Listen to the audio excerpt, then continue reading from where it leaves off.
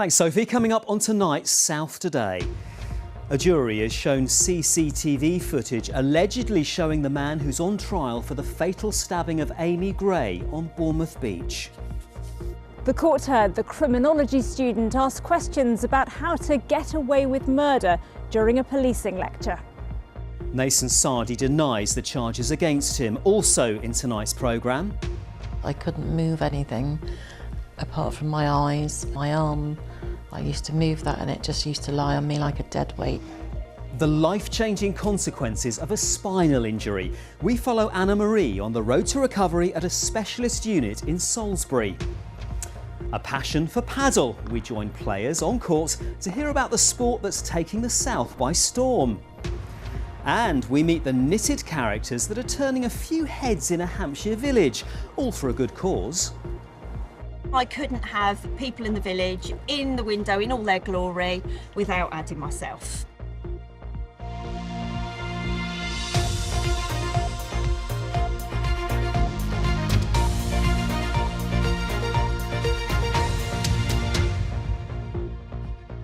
Good evening, I'm David Allard. A criminology student accused of the murder of Amy Gray on Bournemouth seafront asked questions on how to get away with murder during a policing lecture, a court has heard. Nathan Sardi from Croydon is on trial charged with the murder of the 34-year-old physical trainer at Chine Beach and the attempted murder of her friend Leanne Miles. Today, the jury at Winchester Crown Court was played CCTV footage, which the prosecution says shows 20-year-old Nathan Sardi doing a recce of the beach. He denies the charges against him. Bryony Leyland reports.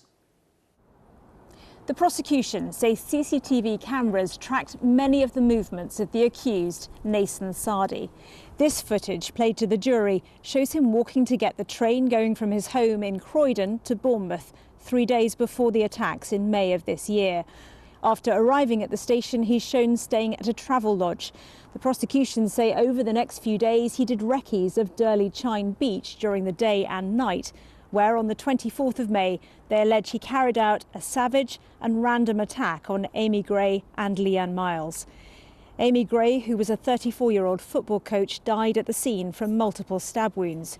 She'd been with her friend Leanne picnicking by a fire on the beach on a moonlit night. Though seriously injured, Leanne managed to call 999 and survived. The court heard from an amateur photographer who'd been up on the cliff path above the beach. Michael Priddle had been taking photos of the moon. He said he heard two very loud screams, and a few minutes later a hooded figure came past him on the path. He said he looked like he was a nasty person and he felt concerned for his safety. Later he identified Nathan Sardi from an identity parade of photographs as the man he had seen that night. Nathan Sardi was a criminology student at the University of Greenwich. Giving evidence, one of his lecturers, Dr. Lisa Rees, said he'd asked her questions about carrying out murder for self-defence, even though her session wasn't about those issues. When she asked him, "Are you planning a murder?" he said no, he was researching an article. The court heard that on another occasion, when a police officer was giving a talk to students, he asked about DNA and how to get away with murder. Nathan Sardi denies murder and attempted murder, and the trial continues here at Winchester Crown Court. Bryony Leyland, BBC South Today. Fire crews spent last night at the scene of a fire in Dorchester, which has destroyed a cafe and badly damaged two other buildings. The fire broke out at the Gorge Cafe in South Street in the early hours of yesterday. The wall at the front of the cafe had a stone inscription on it dedicated to Dorset writer Thomas Hardy. It said he trained in the building as an apprentice architect. Trinity Street has now reopened, as have some businesses on South Street. Meanwhile, 8 people have been rescued from a fire at a block of flats in West Sussex. It's believed to have started in a communal hallway at St Cuthman's Road in Stenning just before 2 o'clock this morning. Sussex police have confirmed tonight they're investigating the fire as a possible arson. From traumatic accidents to serious illnesses, often damage to the spine is devastating and life-changing.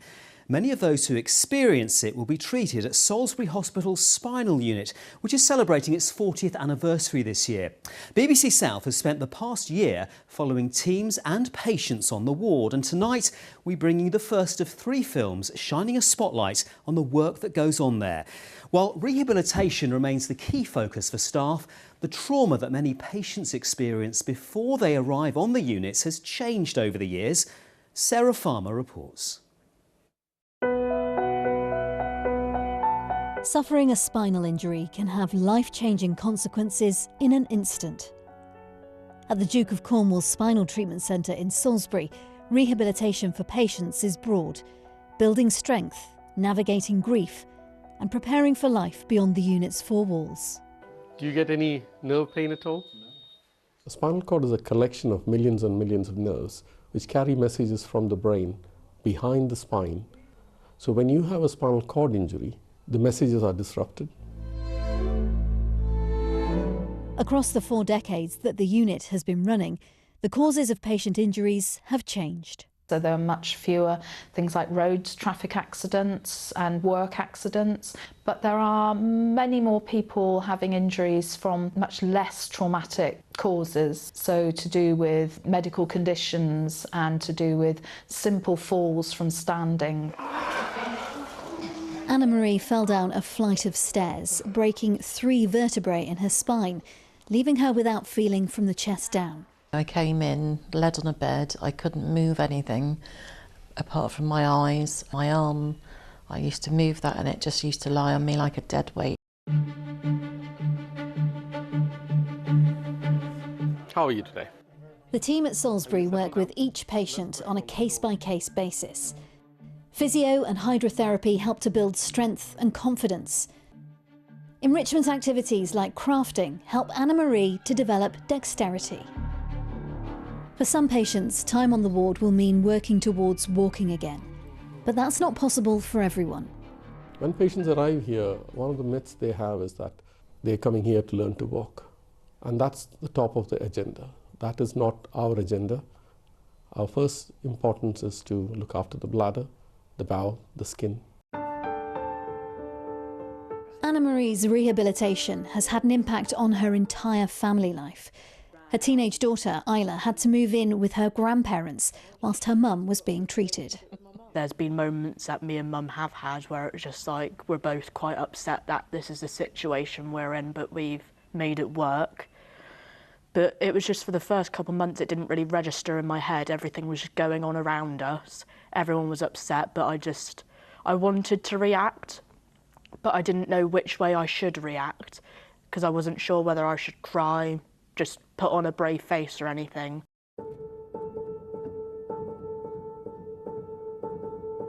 Life throws further emotional challenges at Anna-Marie as her father passes away while she's being treated on the unit. It's a lot because you can't even be there for the family, you're just sort of in your own bubble, and it's quite, you're quite removed from everything that's going on, which is quite hard. On a practical level, Anna-Marie is caught up with difficulties finding somewhere suitable to move to, something she turns to her MP for support with. She needs help. She needs to find somewhere appropriate for her to live. And actually, I would really question whether we are meeting the needs of her daughter, who as a young person absolutely is vulnerable, absolutely needs support, and most of all needs to be able to live with her mum. 18 months after her accident, Anna-Marie eventually moves into an extra care unit in Romsey, close to her family, with hopes of moving into a property with her daughter next year. Despite moving on from the spinal centre, Anna-Marie, like all the other patients, can always access support from the team. The spinal cord injury is very unique in the sense that if you have an injury, appendicitis, what do? The normal person will complain of abdominal pain. Our patients don't know what's going on. They are becoming unwell, but they can't tell the doctor. And if it's an emergency, get to the nearest hospital and ask the doctor to call us. We are there for advice 24/7. A lifetime of care for life-changing injuries. Sarah Farmer, BBC South Today. Yeah, our thanks to the Salisbury Spinal Unit for allowing our cameras in, and of course to the staff, patients and their families for being willing to share their stories with us. Tomorrow night we'll meet two patients who've been helped by the unit. Luke suffered an injury while playing sport on a beach on the Isle of Wight, and we'll follow the challenges for Roxy as she sets her sights on getting well enough to walk out of the unit. Join us to see if she succeeds. Next tonight, a group campaigning for tougher laws on domestic violence have welcomed an increase in sentences for men who take their partners' lives during a breakup. Joanna Simpson was beaten to death by her estranged husband Robert Brown using a claw hammer in 2010 in her Berkshire home. But the group set up in her name says the government has missed a once-in-a-generation opportunity to tackle the issue properly. Joe Campbell has the story. Friends and family of Joanna Simpson have recruited some pretty high-profile support for changes in the way the law treats killings like hers.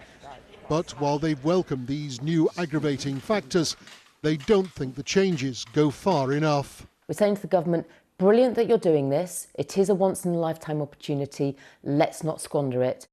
Joanna Simpson's death at the hands of her estranged husband led to his prosecution for murder. Robert Brown had even dug her grave in advance, but in the end he was convicted of the lesser offence of manslaughter. And these changes, they say, will do nothing to address that. The procedures enabled him, as a man, to be able to totally destroy Joe's character in court and effectively portray himself as the victim. If you burgle a house, you can't turn a burglary conviction into a non-burglary conviction because you had depression at the time. But in murder you can, and it creates a real problem, particularly in domestic homicide. Joanna's children heard the killing take place. Attacking somebody in their own home might be seen by many as an aggravating factor. In fact, the opposite is true. If someone is convicted of murder and they murdered somebody in the home, which is very typical in domestic homicide, then the starting point for their murder minimum term is 15 years. If, however, they murder somebody and it's out in the street and they take a weapon to the scene of the crime, then the starting point is 25 years. What that anomaly means is that actually the vast majority of domestic homicides will start at 15 years. The vast majority of knife crime in young boys will start at 25 years. We are again undervaluing women's lives, and what's really horrific is that in domestic homicide very often there's high degrees of premeditation. The woman does not stand a chance. So it seems the campaign for change in Joanna's name is far from over. Joe Campbell, BBC South Today. Network Rail says it's confident the railway along Ryde Pier on the Isle of Wight will reopen in May next year. The Victorian Pier closed to trains in September. With frequent closures for repairs, the railway hasn't carried passengers along its entire route for almost 2 of the last 4 years. Rusty metalwork needs replacing in a £19 million project to keep passengers safe. It breaks the connection between the island's railway and ferry services from Portsmouth. So far we've delivered 23 out of the 56 spans. Now within each span there's the renewal of the rail bearers, the sleepers and the rail. And so far works are progressing very well. We've had some very, very challenging conditions in terms of the recent storms. We've applied a lot of the lessons learnt from previous times we've worked on the island in the structure, and they've worked in our favour, and actually we've managed to remain on programme, which is great news. You're watching South Today. Thanks for your company this evening. Still to come, find out why these knitted characters have been turning a few heads in a Hampshire village.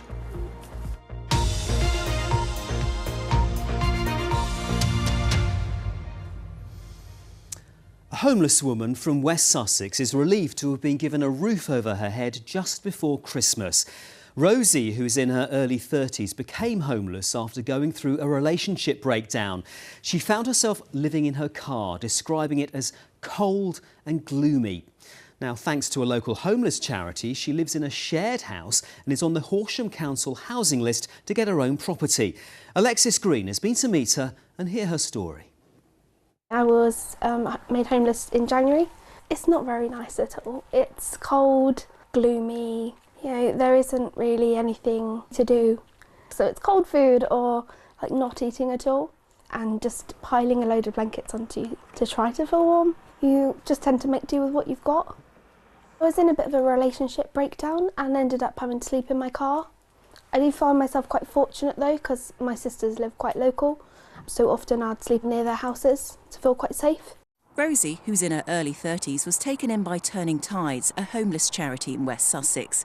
She now lives in what's called Move On housing, but before that she stayed here at Roffey Place in Horsham, which houses up to 50 people.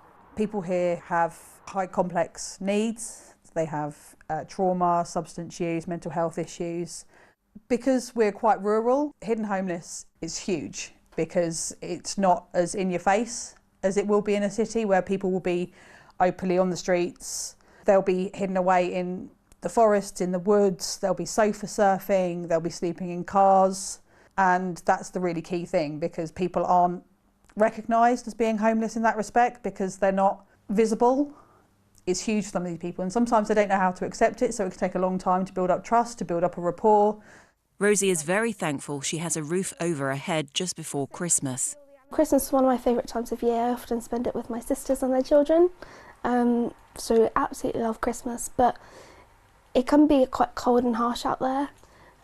So it means a lot to have somewhere nice, warm, dry, just to stay. To express her feelings, art is something Rosie loves to do. It gives me a positive outlet when I'm struggling. The biggest safety problem I have is my own mental health. So I really struggle with my emotions and trying to figure out what's going on for me. Turning Times have helped me so much. They've done nothing but support me with everything and anything, whether it be talking to somebody about my problems and my past trauma, or whether it's just been supporting me with applications for things. They've been really, really helpful and helped me get on the council housing list. And here is lovely. The other people in this house are just amazing, and everyone's so helpful, and it very much is like another family, just like Roffey was for me, so it's really nice. And going forward with Turning Tides, you've got that relationship still there? Yeah, I've still got support from Tara, the mental health support worker. The future for me is starting to look brighter and brighter, and I'm really thankful for all the support that I've received. And of course we wish Rosie well. On to the sport now. Lewis is here. We're picking up our rackets for a sport that's really blossoming here in the south. Yeah, maybe people are looking for a new sport to take up in the new year. David, this could be for you. It's the racket sport that's now said to be played by over 30 million people worldwide. And the game of paddle continues to grow here in the south, with more than 10 venues recently opening across the region. So what's the appeal? Well, we sent Rob Seals to a new purpose-built centre in Eastleigh to find out more.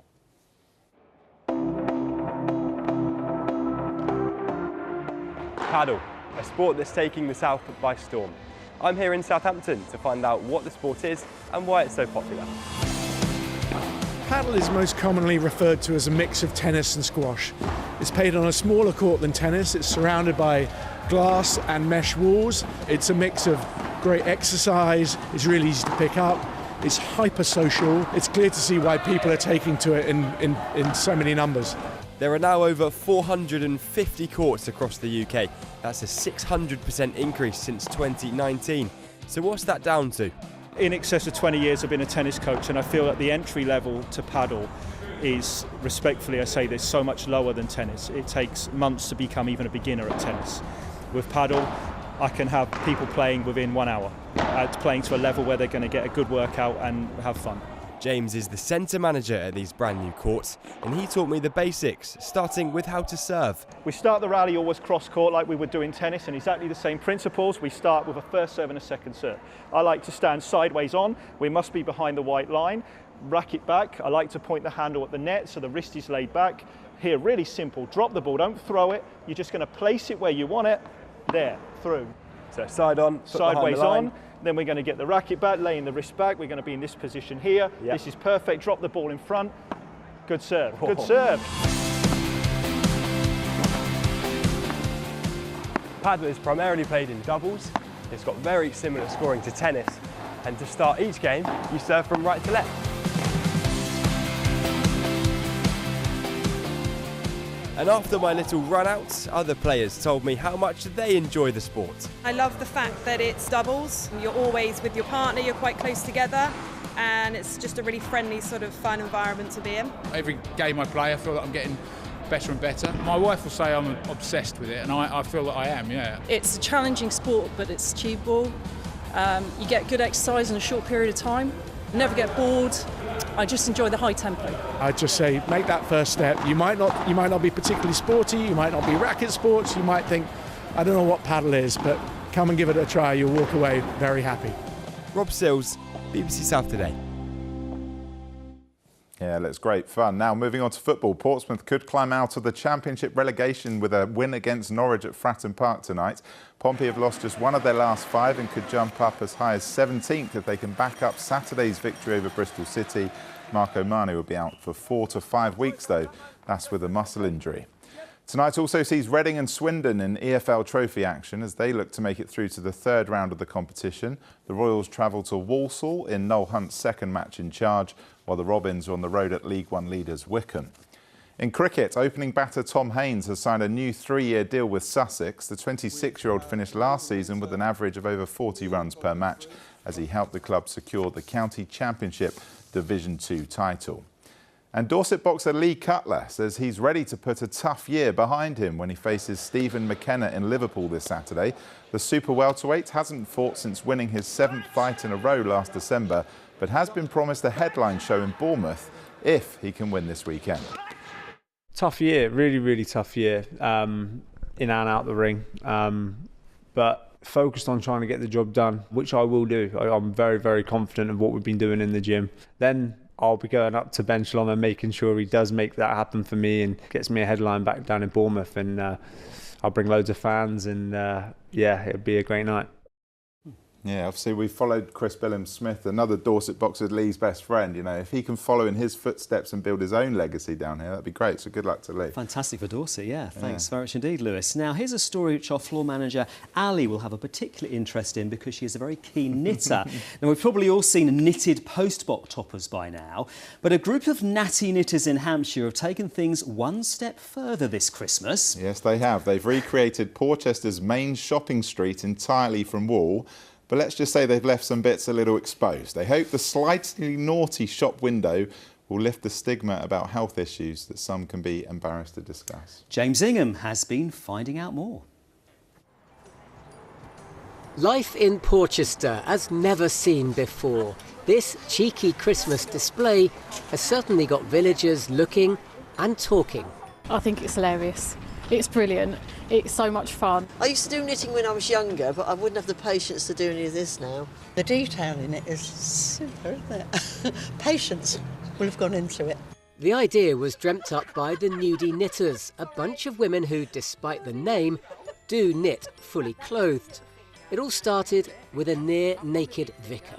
He's got his little fig leaf there, and also his dog collar and his glasses. The vicar is very pleased, yes.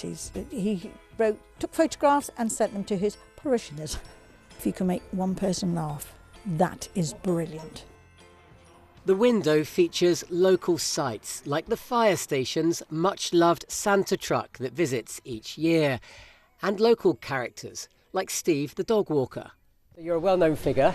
You've appeared in this window now. They've got me in my summer attire. They've covered your modesty there, haven't they? They've covered, yeah, thank goodness they have, yeah. I'm famous enough without showing too much. And Marcos the barber's flattered to be on full show too. It's funny thing, it's nice thing, everyone made them laugh too, and I'm making happy because it's happy time, nearly Christmas, isn't it? Everyone happy, look forward to Christmas. This fun display has a serious side too. Sarah, who runs the shop, is raising money for breast and prostate cancer charities after her husband, Simon, was diagnosed. They're both here in knitted form. We couldn't talk about boobs and prostates with clothes on, so we needed a bit of boobies and a bit of bum, get people talking and realising that, you know, all our loved ones could be affected, and if we notice any changes, then really pop along to our local GP and get it checked out. 6 months of hard work was worth it. These ladies knitting this community together. James Ingham, BBC South Today, Porchester. Oh, some good sports down in Portchester there. A bit of fun, all for a good cause. Love it, yeah, great, very creative. Yeah, absolutely. Alexis joins us now with the weather. A bit too cold to be parading naked around at the moment, isn't it? We've had a northeasterly breeze and it has been quite keen, taking the edge off temperatures. But look, I've got a post-bok knitted topper, but they have all got clothes on. This is in Fareham. And this picture of a little bit of brightness in the sky was taken at Ham Lake in Poole by one of our weather watchers. So through the course of today, we've had large areas of cloud. High pressure's dominating, but we've got an anticyclonic gloom. That's all that cloud drifting in off the North Sea, courtesy of the area of high pressure. So tomorrow, cloudy for many places, but dry for most. We could see maybe a little bit of drizzle, and we could see some drizzle overnight tonight where the cloud is quite thick. 1 or 2 clear spells may develop here and there, but for many places it will be cloudy and drizzly, with temperatures falling between 4 and 7 Celsius. So tomorrow, once again, there will be large areas of cloud. That anticyclonic gloom stays with us. We'll see a little bit of brightness, possibly more brightness than we saw today in some places, particularly for northern parts of the region, with that cloud starting to thin and break. The winds are slightly lighter than today, still coming in from the northeast and still taking the edge off temperatures. But temperatures are maybe a degree higher tomorrow, reaching a high of 7 to 9 Celsius. So for the coastal forecast, that's from Selseybill to Lyme Regis. On the inshore waters, the winds are northeasterly 4 to 6, then occasionally 7 at first. The sea state is slight or moderate. The weather is showers at first and the visibility is good, occasionally moderate at first. So tomorrow night, once again, large areas of cloud, perhaps some breaks breaking through, with an easterly breeze developing during the early hours of Thursday morning. Temperatures will fall to around 4 or 5 Celsius. So a fresher start to Thursday. Thursday will have a mainly light winds through the course of the day. High pressure pulls away towards the east. We'll start developing that easterly airflow, but still a lot of cloud coming off the North Sea and the near continent. There will be a few breaks, perhaps for southernmost areas, the south coast and also the Isle of Wight, but elsewhere, once again, large areas of cloud. Here's the outlook for the rest of the week. We will start to see some sunshine breakthrough, particularly as we head into the weekend. But for the rest of the working week, temperatures are around their seasonal average. The winds fall slightly lighter. There'll be large areas of cloud with drizzle possible on each day and also overnight. But then temperatures start to climb as we head towards the end of the weekend. And we'll start to see more in the way of sunshine. There could be some showers around on Saturday, but most of the weekend at the moment is looking mainly dry. David. Welcome news. No sign of a storm on the horizon. Yes, exactly. Thanks so very much, Alexis. That's it from us for tonight. Tomorrow, we've got the second of our special films from the Salisbury Hospital Spinal Unit. Next up here on BBC One, it's Alex and Ronan with The One Show. Russell T Davies talking about the Doctor Who Christmas special. Tom Hepworth is here with the late news. But from all of us here at South Today, thanks for watching. Good night. Good night. Good night.